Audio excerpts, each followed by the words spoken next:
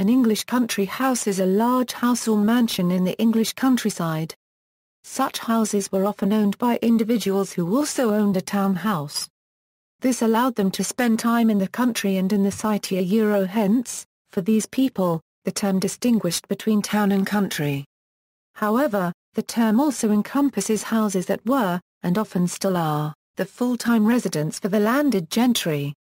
These people were central to the landed gentry that ruled rural Britain until the Reform Act 1832. Frequently, the formal business of the counties was transacted in these country houses. With large numbers of indoor and outdoor staff, country houses were important as places of employment for many rural communities. In turn, until the agricultural depressions of the 1870s, the estates, of which country houses were the hub, provided their owners with incomes. However, the late 19th and early 20th centuries were the swan song of the traditional English country house lifestyle. Increased taxation and the effects of World War I led to the demolition of hundreds of houses. Those that remained had to adapt to survive. While a Castle or a schloss can be a fortified or unfortified building, a country house is usually unfortified. If fortified, it is called a castle, but not all that are named that way are fortified. Stately homes of England. The term stately home is subject to debate and indifferent use, and avoided by historians and other academics. As a description of a country house, the term was first used in a poem by Felicia Hemans, The Homes of England, originally published in Blackwood's magazine in 1827. In the 20th century, the term was later popularized in a song by Noel Coward, and in modern usage it often implies a country house that is open to visitors at least some of the time. In England, the terms country house and stately home are sometimes used vaguely and interchangeably. However, many country houses such as Ascot in Buckinghamshire were deliberately designed not to be stately, and to harmonise with the landscape, while some of the great houses such as Kidleston Hall and Holkham Hall were built as powerhouses to dominate the landscape, and were most certainly intended to be stately and impressive. In his book Historic Houses, Conversations in Stately Homes, the author and journalist Robert Harling documents 19 stately homes. These range in size from the vast Blenheim Palace to the minuscule Ebbston Hall, and in architecture from the Jacobean Renaissance of Hatfield House to the eccentricities of Sazincourt. The book's collection of stately homes also includes George IV's Brighton Town Palace, the Royal Pavilion. Evolution. The country houses of England have evolved over the last 500 years. Before this time, larger houses were usually fortified, reflecting the position of their owners as feudal lords, de facto overlords of their manors. The Tudor period of stability in the country saw the building of the first of the unfortified great houses. Henry VIII's dissolution of the monasteries saw many former ecclesiastical properties granted to the king's favourites, who then converted them into private country houses. Woburn Abbey, Ford Abbey and many other mansions with abbey or priory in their name became private houses during this period. Other terms used in the names of houses to describe their origin or importance include palace, castle, court, hall, mansion, park, house, manor, and place. It was during the second half of the reign of Elizabeth I, and under her successor, James I, that the first architect-designed mansions, thought of today as epitomizing the English country house, began to make their appearance. Burghley House, Longleat House, and Hatfield House are among the best-known examples of the showy prodigy house, often built with the intention of attracting the monarch to visit. By the reign of Charles I, Inigo Jones and his form of Palladianism had changed the face of English domestic architecture completely, with the use of turrets and towers as an architectural reference to the earlier castles and fortified houses completely disappearing. The Palladian style, in various forms, interrupted briefly by Baroque, was to predominate until the second half of the 18th century when, influenced by ancient Greek styles, it gradually evolved into the neoclassicism championed by such architects as Robert Adam. Some of the best-known of England's country houses were built by one architect at one particular time. Montacute House, Chatsworth House, and Blenheim Palace are examples. It is interesting that while the latter two are ducal palaces, Montacute, although built by a master of the rolls to Queen Elizabeth I, was occupied for the next 400 years by his descendants, who were gentry without a London townhouse, rather than aristocracy. They finally ran out of funds in the early 20th century. However, the vast majority of the lesser-known English country houses, often owned at different times by gentlemen and peers, are an evolution of one or more styles with facades and wings in different styles and a mixture of high architecture, often as interpreted by a local architect or surveyor, and determined by practicality as much as by the whims of architectural taste. An example of this is Brampton Diversey in Somerset, a house of many periods that is unified architecturally by the continuing use of the same mellow, local Ham Hill stone. The fashionable William Kent redesigned Wilton House only to have it quickly and drastically altered to provide space for the owner's 12 children. Canons Ashby, home to poet John Dryden's family, is another example of architectural evolution, a medieval farmhouse enlarged in the Tudor era around a courtyard, given grandiose plaster ceilings in the Stuart period, and then having Georgian four-section adders added in the 18th century. The whole is a glorious mismatch of styles and fashions that seamlessly blend together. These could be called a true English country house. Wilton House, one of England's grandest houses, is in a remarkably similar vein. Although, while the Drydens, mere squires, at Canons Ashby employed a local architect, at Wilton the mighty Earls of Pembroke employed the finest architects of the day, first Holbein, 150 years later Inigo Jones, and then Wyatt followed by Chambers. Each employed a different style of architecture, seemingly unaware of the design of the wing around the next corner. These varying improvements, often criticized at the time, today are the qualities that make English country houses unique. Sizes and types of country house. There are no written terms for distinguishing between vast country palaces and comparatively small country houses. The descriptive terms, which can include castle, manor and court, provide no firm clue and are often only used because of a historical connection with the site of such a building. Therefore, for ease or explanation, Britain's country houses can be categorized according to the circumstances of their creation. Power houses equals. The great houses are the largest of the country houses. In truth, palaces, built by the country's most powerful these were designed to display their owners' power or ambitions to power. Really large unfortified or barely fortified houses began to take over from the traditional castles of the Crown and magnates during the Tudor period, with vast houses such as Hampton Court Palace and Burghley House, and continued until the 18th century with houses such as Castle Howard, Kidleston Hall and Holkham Hall. Such building reached its zenith from the late 17th century until the mid-18th century. These houses were often completely built or rebuilt in their entirety by one eminent architect in the most fashionable architectural style of the day and often have a suite of Baroque state apartments, typically in enfilade, reserved for the most eminent guests, the entertainment of whom was of paramount importance in establishing and maintaining the power of the owner. The common denominator of this category of English country houses is that they were designed to be lived in with a certain degree of ceremony and pomp. It was not unusual for the family to have a small suite of rooms for withdrawing and privacy away from the multitude that lived in the household. These houses were always an alternative residence to a London house. During the 18th and 19th centuries, for the highest echelons of English society, the country house served as a place for relaxing, hunting and running the country with one's equals at the end of the week, with some houses having their own theatre where performances were staged.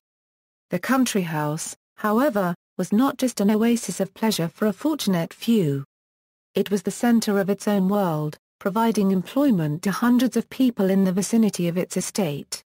In previous eras, when state benefits were unheard of, those working on an estate were among the most fortunate, receiving secured employment and rent-free accommodation.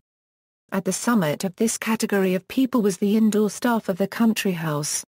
Unlike many of their contemporaries prior to the 20th century, they slept in proper beds, wore well-made adequate clothes and received 3 proper meals a day, plus a small wage. In an era when many still died from malnutrition or lack of medicine, the long working hours were a small price to pay. As a result of the aristocratic habit of only marrying within the aristocracy, and whenever possible to sell heirs. Many owners of country houses owned several country mansions, and would visit each according to the season: grouse shooting in Scotland, pheasant shooting and fox hunting in England. The Earl of Rosebery, for instance, had Dominie House in Scotland, Mentmore Towers in Buckinghamshire, and another house near Epsom just for the racing season. For many, this way of life, which began a steady decline in 1914, continued well into the 20th century, and for a very few continues to this day. Minor country houses. In the second category of Britain's country houses are those that belong to the squirearchy or gentry. These tend either to have evolved from medieval hall houses, with rooms added as required, or were purpose-built by relatively unknown local architects. Smaller, and far greater in number than the power houses, these were still the epicenter of their own estate, but were often the only residence of their owner. However, whether the owner of a power house, or a small manor, the inhabitants of the English country house have become collectively referred to as the ruling class, because this is exactly what they did in varying degrees, whether by having high political influence and power in national government, or in the day-to-day running of their own localities in such offices as Lord Deputy Lieutenant, magistrates, or occasionally even clergy. Victorian houses. Following the Industrial Revolution of the 19th century, a third category of country houses was built as newly rich industrialists and bankers were eager to display their wealth and taste. By the 1850s, with the English economy booming, new mansions were built in one of the many revivalist architectural styles popular throughout the 19th century. The builders of these new houses were able to take advantage of the political unrest in Europe that gave rise to a large trade in architectural salvage. This new wave of country house building is exemplified by the Rothschild properties in the home counties. Decline. The slow decline of the English country house coincided with the rise not just of taxation, but also of modern industry, along with the agricultural depression of the 1870s. By 1880, this had led some owners into financial shortfalls as they tried to balance maintenance of their estates with the income they provided. Some relied on funds from secondary sources such as banking and trade, while others, like the severely impoverished Duke of Marlborough, sought American heiresses to save their country houses and lifestyles. The ultimate demise began immediately following World War I. The huge staff required to maintain large houses had either left to fight and never returned, departed to work in the munitions factories, or to fill the void left by the fighting men in other workplaces. Of those who returned after the war, many left the countryside for better-paid jobs in towns. The final blow for many country houses came following World War II. Having been requisitioned during the war, they were returned to the owners in poor repair. Many estate owners, having lost their heirs, if not in the immediately preceding war then in World War I, were now paying far higher rates of tax, and agricultural incomes had dropped. Thus, the solution for many was to hold contents auctions and then demolish the house and sell its stone, fireplaces, and panelling. This is what happened to many of Britain's finest houses. Despite this slow decline, as late as 1920, so necessary was the country house for entertaining and prestige that, following the election of the first Labour government in 1921, Viscount Lee of Fareham donated his country house Chequers to the nation for the use of a prime minister who might not possess one of his own. Chequers still fulfills that need today, as do both Chevening House and Dorneywood, donated for sole use of high-ranking ministers of the Crown. Today's English country house. Today, many country houses have become hotels, schools, hospitals, museums and prisons, while others have survived as conserved ruins. But from the early 20th century until the early 1970s, hundreds of country houses were demolished. Houses that survived destruction are now mostly Grade I or II, listed as buildings of historic interest and only the most faithful, most accurate, and most precise restoration and recreation is permitted. Such work, however, is usually very expensive, although the system does ensure that everything is done correctly and authentically. The negative side is that many owners cannot afford the work, so a roof remains leaking for the sake of a cheap roof tile. Although the ownership or management of some houses has been transferred to a private trust, most notably at Chatsworth, Other houses have transferred artworks and furnishings under the acceptance in new scheme to ownership by various national or local museums, but are retained for display in the building. This enables the former owners to offset tax, the payment of which would otherwise have necessitated the sale of the artworks. For example, tapestries and furniture at Horton Hall are now owned by the Victoria and Albert Museum.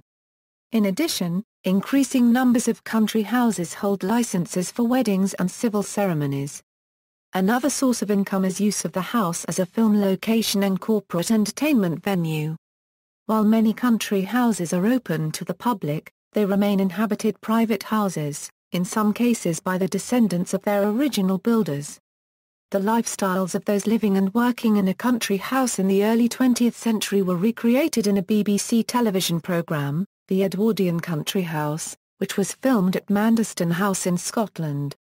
See also: English country houses with changed use, estate houses in Scotland, list of country houses in the United Kingdom, list of National Trust properties in England, list of English heritage properties, list of castles in England, list of historic buildings of the United Kingdom. A Euro country house architectural periods and styles, historic house, the Edwardian Country House, a Channel 4 series, Great House, Manor House, Townhouse, British Country House Contents Auctions, Country House Theatre, Country House Poem, Treasure Houses of England, Country Life. Notes. References: Ayres, Malcolm. The Making of the English Country House, 1500 to Euro 1640. London, Architectural Press. ISBN 0-85139-378-0. Girard, Mark.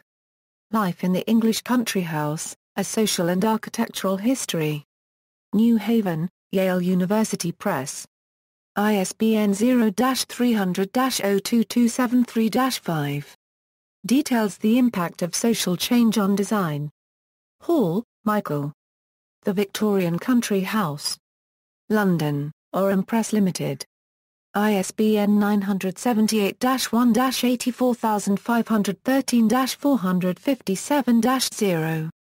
Kroll, Alexander, ed. Historic Houses, Conversations in Stately Homes. Discussions with Robert Harling. London, Conde Copyright Nast. ISBN 0-900303-05-0. Lewis, Leslie. The Private Life of a Country House. Stroud, Sutton. ISBN 0-7509-1678-8. Gives much detail of how a smaller country house operated in the early 20th century. Lycett Green, Candida. The Perfect English Country House. London, Pavilion Books Limited. ISBN 1-85145-551-5. McKinstry, Leo. Rosebery, A Statesman in Turmoil. London, John Murray. ISBN 0-7195-6586-3. Murdoch, Tessa. Noble Households, 18th Century Inventories of Great English Houses, a tribute to John Cornforth. Cambridge, John Adamson. ISBN 978-0-9524322-5-8. Stewart, Amanda Mackenzie. Consuelo and Alva Vanderbilt, The Story of a Daughter and Mother in the Gilded Age. New York, Harper Perennial. ISBN 978-0-06-093825-3. Worsley, Giles. England's Lost Houses. London, Orham Press. ISBN 1-85410-820-4.